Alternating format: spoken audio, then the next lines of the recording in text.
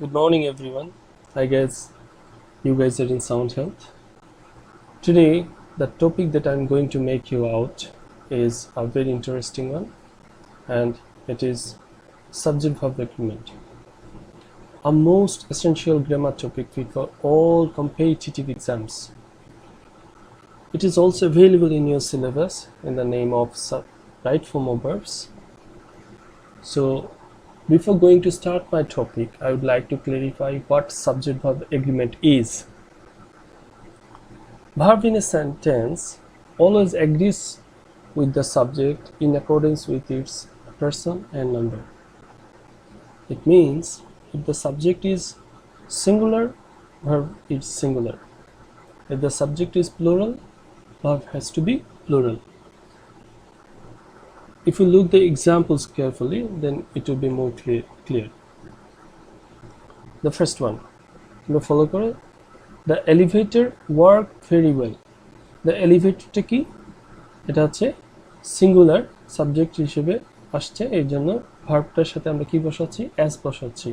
বলছি the elevator works very well.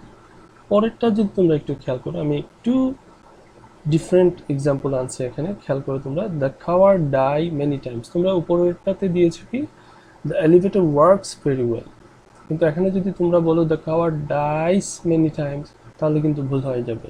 তাহলে ভুল হওয়ার কারণটা কি, তোমাদেরকে এই ডিফারেন্সটা বুঝতে হবে। তা হচ্ছে দি প্লাস এলিভেটর, এখন হচ্ছে এলিভেটরটা হচ্ছে একটা নাউন, একটা যন্ত্রের নাম, লিফট ইজ সিনোনিম। আর দি প্লাস খাওয়ার, খাওয়ার বলতে অ্যাডজেক্টিভ, তখন কিন্তু যখন দি প্লাস অ্যাডজেক্টিভ হয় সাবজেক্ট, তখন কিন্তু এটা সাবজেক্ট প্লুরাল হয়। আমরা বলেছি কিছুক্ষণ আগে যে সাবজেক্ট যখন প্লুরাল হয় ভার্ব অবশ্যই প্লুরাল হবে। তাহলে আমরা কি এখানে ডাইস বলতে পারি? না, আমাদেরকে বলতে হবে ডাই। পরে এক্সাম্পলটা ফলো করো। দ্য এলিভেটরস ওয়ার্ক ভেরি ওয়েল, এটা তো একদমই সহজ। এখানে সাবজেক্ট সরাসরি প্লুরাল ফর্মে বোঝায় দিচ্ছে, যার কারণে আমাদেরকে ওয়ার্ক যেমন আছে তেমনই ব্যবহার করতে হবে। ওয়ার্কই হবে। ওকে, আজকের এই লেসনে আমি তোমাদেরকে সাবজেক্ট ভার্ব এগ্রিমেন্ট বা রাইট ফর্ম অফ ভার্বসের 6টা রুলস পড়াবো এক এক করে।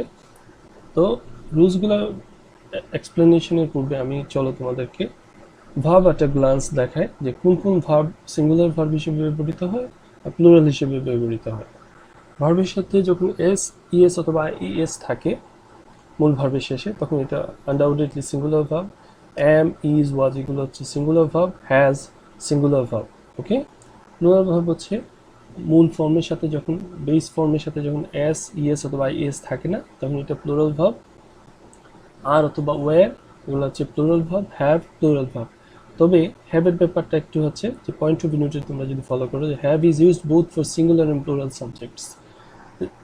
হ্যাভ কিন্তু প্লুরাল ভার্ব, কিন্তু সিঙ্গুলার যে সকল সাবজেক্টের সাথে ব্যবহৃত হয়, কনফিউশন দূর করার জন্য বলছি, তা হচ্ছে আই এবং ইউ সিঙ্গুলারের সাথে।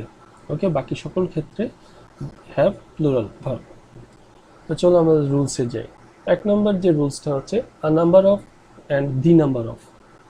সহজ মনে হয়, কিন্তু আসলে ততটা সহজ না। তোমাদেরকে এগুলো মেমোরাইজ করতে হবে বুঝে শুনে, তাহলে দেখবে তোমার জন্য অত্যন্ত সহজ। স্ট্রাকচার যদি আগে বলি, তা হচ্ছে a number of plus plural noun, আবার the number of plus plural noun. কিন্তু ভার্বটা কি হবে দেখো, আমি এখানে গ্যাপ দিয়ে রাখছি মনে রাখার জন্য, যে আ নাম্বার অফ এর পরে ভার্ব সবসময় প্লুরাল হবে। ওকে, কিন্তু দি নাম্বার অফ এর পরে ভার্ব সবসময় সিঙ্গুলার হবে। ওকে, সো এক্সাম্পলগুলো ফলো করি। চলো আমরা বলেছি দ্য নাম্বার অফ এর পরে ভার্ব সিঙ্গুলার, আর আ নাম্বার অফ এর পরে ভার্ব প্লুরাল। এক্সাম্পলটা দেখো। দ্য নাম্বার অফ যেহেতু দিয়ে শুরু করেছে, তাহলে আমরা ডিটারমাইন যে এখানে ভার্বটা কি হবে, সিঙ্গুলার হবে। ওকে, তাহলে চলো দুইটা ভার্বের মধ্যে আমাদের কি কি হয় আমরা একটু ফলো করি। The number of residents who have questioned on this matter be quite small. এখানে তোমাকে প্রথমে ধরতে হবে যে সেন্টেন্সের সাবজেক্ট এবং ভার্বটা কি, বাকি এক্সটেনশনসগুলো তোমাকে বুঝতে হবে। তাহলে দেখবে তুমি নিশ্চিত রূপে রাইট ফর্ম অফ ভার্বসটা ব্যবহার করতে পারবা। তা হচ্ছে the number of the residents who have, এই যে এটা হচ্ছে একটা কি ক্লজ, রিলেটিভ ক্লজ। তাহলে রিলেটিভ ক্লজ কি কারে ফলো করে, সবসময় তার পূর্বের অ্যান্টিসিডেন্টটাকে, এই যে দ্য রেসিডেন্টস প্লুরাল ফর্মে, তাহলে এখানে কি হবে, যেহেতু হ্যাভ আছে তাহলে হ্যাভ থাকবে, কোনো সমস্যা নেই। কিন্তু এই যে নাম্বার অফের সাথে কিন্তু হচ্ছে না, এটা এক্সট্রা তোমার যেহেতু কমপ্লেক্স সেন্টেন্সটা, এই জন্য এটার রুলসটা এটাকে ফলো করতেছে। তাহলে হু হ্যাভ, যেহেতু এটা পেসিভ মুডে আছে, যে অসংখ্য রেসিডেন্টসকে এই বিষয়টা নিয়ে কি করা হয়েছে, প্রশ্ন করা হয়েছে পেসিভ মুডে, এই জন্য বলতে হবে হু have been questioned on this matter. তারপরে এই যে দ্য নাম্বার অফ এর পরে কিন্তু ভাবটা হচ্ছে এই যে বি, এটা হচ্ছে তোমার দ্য নাম্বার অফ এর সাথে মিল রেখে হবে। যেহেতু দ্য নাম্বার অফ হচ্ছে সিঙ্গুলার, এই জন্য এখানে হবে ইজ, ওকে, অথবা ওয়াজ। কিন্তু যেহেতু এটা প্রেজেন্ট টেন্সে প্রশ্ন, এই জন্য এখানে ওয়াজ আর আমরা বসাতে পারছি না, আমাদেরকে ইজ বসাতে হচ্ছে। তো বললাম কি আমরা, the number of residents who have been questioned on this matter is quite small. Number 2টা ফলো করি। A number of the applicants have already interviewed. সহজ বিষয়, যেহেতু এখানে কোনো সিম্পল সেন্টেন্স আছে, আমাদের এখানে এ নাম্বার অফটা দেখে আমরা এখানে হ্যাভটাকে কারেক্ট করব।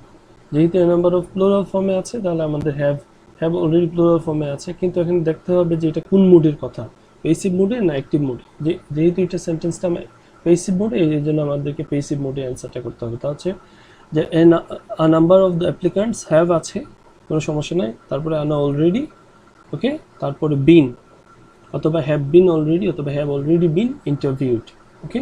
এখানে হ্যাভ অ্যান্সারটা হচ্ছে আ নাম্বার অফের সাথে, কিন্তু বিন কেন আসছে, বিনটা হচ্ছে ভয়েস চেঞ্জের কারণে, কারণ সাবজেক্ট এখানে পেসিভ মোডে আছে বলে, ওকে। তাহলে আমরা জানলাম এ নাম্বার অফের পরে সাবজেক্ট ভার্ব সবসময় প্লুরাল হয়, আর দ্য নাম্বার অফের পরে ভার্ব সবসময় কি হয়, সিঙ্গুলার হয়। তাহলে চলো আমরা রুলস 2তে যাই। রুল 2টা হচ্ছে কি, subject separated from the verb. অর্থাৎ সাবজেক্ট যখন ভার্বের কাছাকাছি থাকে, অথবা ভার্ব যখন সাবজেক্টের কাছাকাছি থাকে, তখন ভার্বটা সিলেক্ট করা আমাদের জন্য অনেক সহজ হয়। কিন্তু যখন কোনো ফ্রেজ এসে সাবজেক্ট এবং ভার্বের মধ্যে বিচ্ছেদ ঘটায়, তখনই কিন্তু আমাদের ভার্বটাকে সিলেক্ট করাটা কঠিন হয়ে যায়। তাহলে আমরা এখানে দেখো একটা বক্সের মাধ্যমে তোমাদেরকে সহজ বোঝানোর জন্য আমি বক্স ক্রিয়েট করেছি। হচ্ছে সাবজেক্টকে ভার্ব থেকে পৃথক করে প্রেপোজিশনাল ফ্রেজ, ওকে।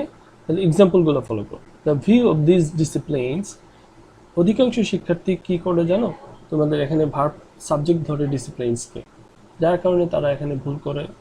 কিন্তু তোমাদের বোঝানোর সাথে আমি বলেছি, সাবজেক্টকে যখন ভার্ব থেকে পৃথক করা হয় প্রেপোজিশনাল ফ্রেজ দিয়ে, সাবজেক্ট কিন্তু শুরুতে থাকে। তা হচ্ছে কি, এখানে সাবজেক্ট হচ্ছে দ্য ভিউ, এই যে কালো করে যেটা দেওয়া আছে, আর অফ দিস ডিসিপ্লিনস এটা হচ্ছে প্রেপোজিশনাল ফ্রেজ।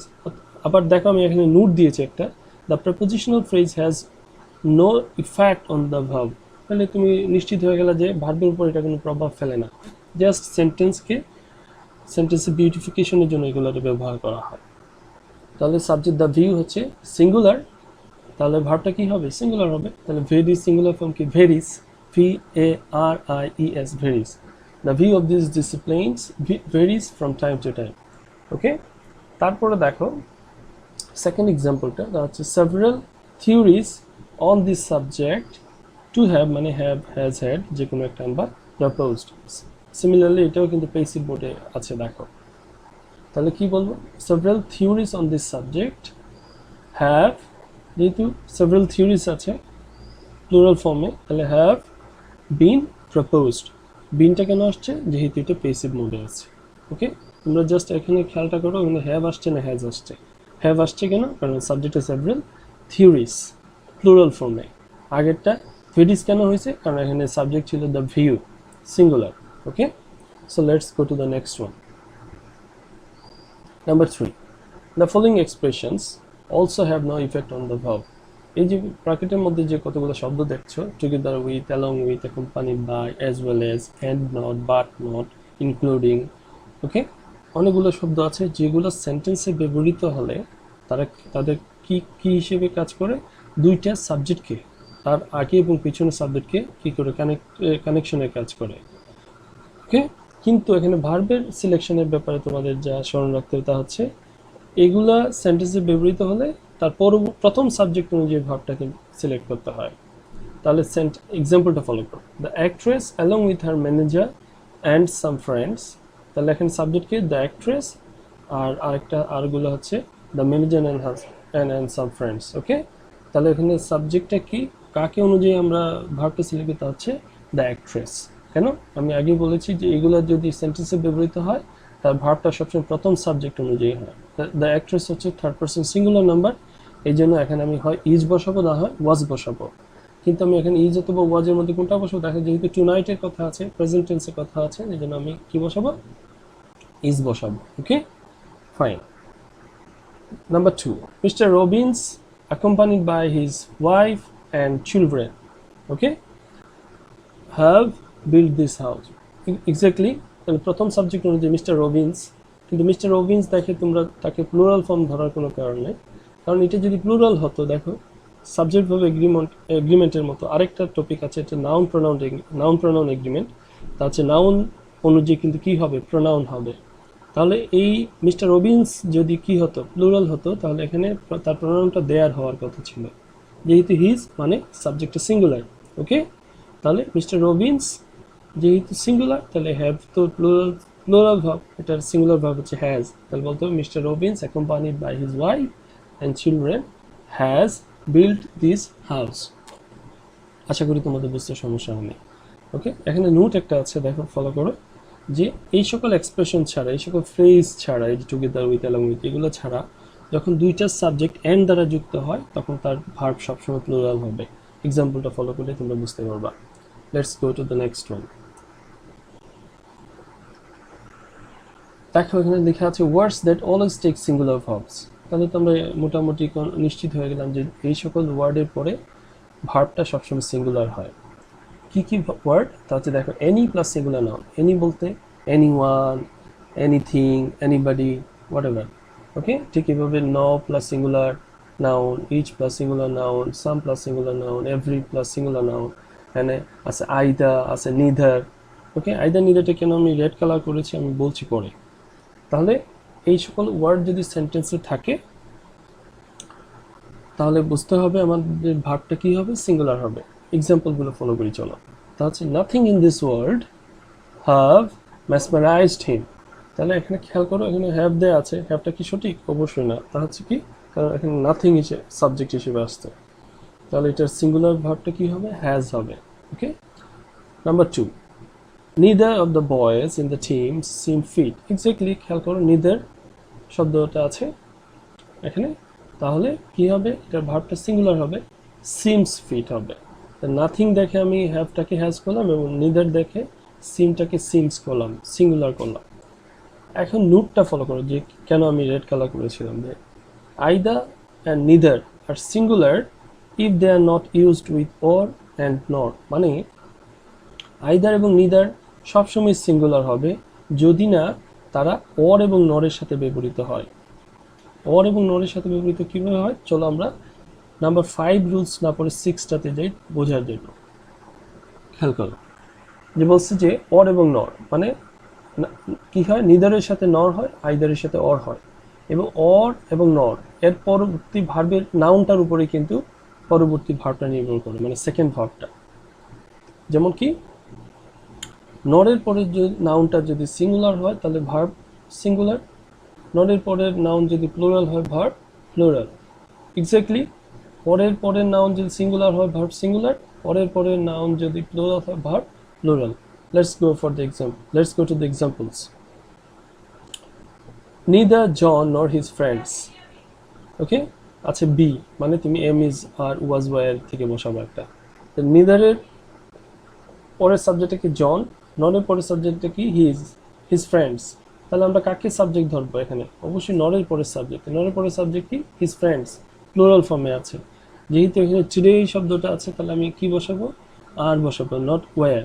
তাহলে আমরা কি বলবো, neither John nor his friends are going to the beach what today. Number 2, either she or I from the group B আছে going to receive a warm reception tonight. Exactly দেখো follow করো কি হয়েছে এখানে, ওরের পরে সাবজেক্টটা কি আই। তাহলে সহজ বিষয় আমরা কি বলবো এখানে, আই এর পরে আই সাথে কোন সাবজেক্টটা হয় প্রেজেন্ট টেন্সে, এটা হচ্ছে am. I am going to receive a warm reception tonight. ওরের পরের সাবজেক্ট, আর আগেরটা হচ্ছে কি নরের পরের সাবজেক্ট। নাম্বার 3টা ফলো করুন, neither the director nor the secretary. Exactly secretary হচ্ছে এখানে সাবজেক্ট, যার কারণে ওয়ান্ট না হয় কি হয়েছে ওয়ান্টস। আমি আগে বলেছি মূল ফর্মে যখন থাকে এটা কিন্তু প্লুরাল ভার্ব, আর যখন ভার্বের সাথে এস ইএস অথবা ইএস আসে এটা হচ্ছে সিঙ্গুলার ভার্ব। তাহলে চলো আমরা রুল 5টাতে যাই আবার। রুল 5টা কি? নান এবং নো। দেখো এখানে বলা আছে কি, both noun and no can take a singular or plural verb depending on the noun which follows it. এর মানে হচ্ছে না, নান এবং নো উভয় ভার্বই নিতে পারে, সিঙ্গুলার ভার্বও নিতে পারে, তার সাথে প্লুরাল ভার্বও নিতে পারে, তবে নির্ভর করে এর পরবর্তী ব্যবহৃত যে নাউনটা এটার উপরে। স্ট্রাকচারটা খেয়াল করো, তাহলে দেখবা যে নান অবলিক নো এর পরের নাউন এটা কি বলছি আমরা? নন কাউন্ট মানে আনকাউন্টেবল নাউন। আর আমরা জানি আনকাউন্টেবল নাউন কি সবসময় সিঙ্গুলার হয়, যার কারণে ভার্বটাও কি হবে? সিঙ্গুলার। আবার যখন নান অবলিক নো এর পরের যে নাউনটা প্লুরাল হয় তখন ভার্বটা কি হবে? প্লুরাল হবে। এক্সাম্পলগুলো ফলো করো। None of the counterfeit money have found. None of the counterfeit money, এখানে নানটা ব্যবহৃত হয়েছে, দেখো নান এবং নো এর পরবর্তী নাউনটা তোমাকে ফলো করতে হবে, তা হচ্ছে কি মানি। তাহলে এটা কি? সিঙ্গুলার, যার কারণে এখানে হ্যাভ না হয়ে কি হচ্ছে? হ্যাজ হচ্ছে। পরবর্তী এক্সাম্পলটা হচ্ছে নো এক্সাম্পলস, সরাসরি বলাই আছে এক্সাম্পলস। তাহলে নয়ের পরের যে নাউনটা কি? প্লুরাল ফর্মে আছে, যার কারণে আমাদেরকে এখানে কি বসাতে হবে? Plural verb. কি বসাবো আমরা? আর রেলিভেন্ট টু দিস কেস। ওকে, অথবা যদি টেন্স যেহেতু কোনো ওই নির্দিষ্ট না, আমরা এখানে ওয়ার অথবা আরটাই অ্যাপ্রোপ্রিয়েট, ওয়ারটাও তোমরা চিন্তা করতে পারো। No examples were relevant to this case. Okay, তাহলে আমরা এক এক করে মোট 6টা রুলস পড়লাম। তোমরা 6টা রুলস বাসায় ভালো করে আগে বুঝবে ক্লাসটা শুনে, তারপরে এগুলোকে মেমোরাইজ করবে। মেমোরাইজেশনের কথা এই জন্য বলতেছি, রুলস তোমার মুখস্থ না রাখলে তুমি দেখবা স্মরণ রাখতে পারবে না, কারণ রাইট ফর্ম অফ ভার্ব বা সাবজেক্ট ভার্ব এগ্রিমেন্টের 100 মোডস তোমার রুলস আছে, এবং প্রত্যেকটাই গুরুত্বপূর্ণ পরীক্ষার জন্য। কোনটা যে কীভাবে আসে তো বলা যায় না। আসলে এগুলো সেন্টেন্সগুলো সহজ মনে হলেও তুমি স্মরণে না রাখতে পারলে এগুলো কঠিন হয়ে যাবে তোমার জন্য। তাহলে তুমি আগে ভালো করে বুঝবা, তারপরে মেমোরাইজ করবা, তারপরে এটাকে অ্যাপ্লাই করবা। আমার রিকোয়েস্ট, তোমাদের এগুলো করার পর তোমাদের জন্য ছোট্ট একটা হোমওয়ার্ক আছে। এই হোমওয়ার্কটা তোমরা করে আমাকে হোয়াটসঅ্যাপ অথবা কমেন্ট লিস্টে পাঠিয়ে দিবা, আমি তোমাদের সাথে চেক করে নেব। Okay, that's all for the class today. Stay home and stay safe. Thank you.